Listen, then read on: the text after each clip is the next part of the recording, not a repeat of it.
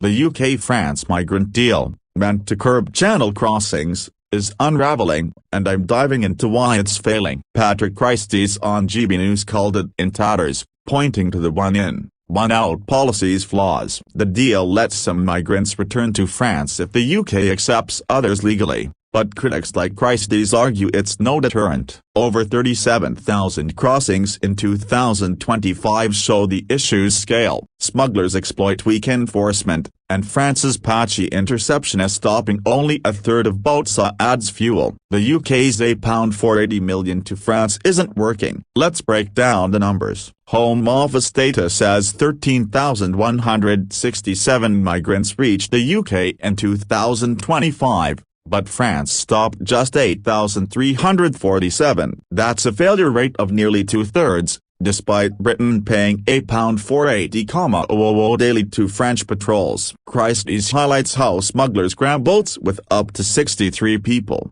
up from 30 in 2021. Migrants in Calais camps, like Ahmed from Syria, call the deal a lie, believing they'll still reach UK hotels. This skepticism fuels more crossings, undermining Keir Starmer's deterrence claims. The deal's one-for-one setup is a sticking point. For every illegal migrant sent back, the UK takes a legal asylum seeker, often for family reunification. Shadow Home Secretary Chris Philp warns this doesn't reduce arrivals, as it just swaps one migrant for another. Reform UK's Lee Anderson calls it a weak trade-off, pushing for border closures instead. Christie's argues this incentivizes crossings, as migrants know they might stay. The EU's push for more legal routes adds complexity, potentially increasing UK intakes. France's role is under fire. Christie's visited Calais, exposing lax enforcement. French police can't intercept boats in shallow water due to strict rules,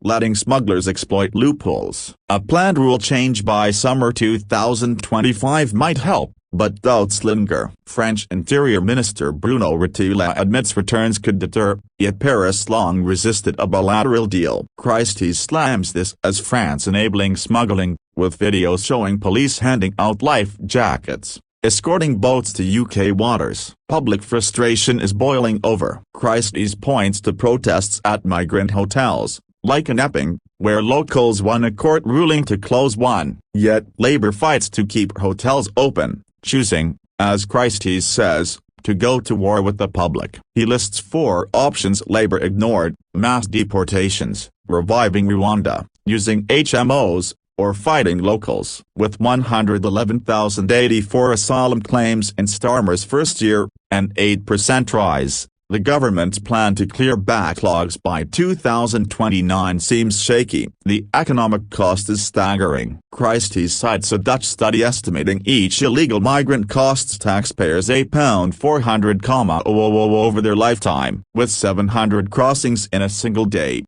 that's £280 million. He argues Labour's policies, like allowing work after 6 months, create pull factors. Migrants get free housing, food, and phones, reinforcing the UK as a soft touch. Christie's warns that letting migrants work could end Britain as we know it, as they'd settle permanently. Labour's scrapping of the Rwanda plan looms large. Christie's notes even some Labour MPs now back a Rwanda-style scheme, admitting the Tory plan's potential. The one-in, one-out deal lacks the deterrence Rwanda offered, which aimed to send all illegal arrivals to a third country. Philp calls Labour's border control a failure, with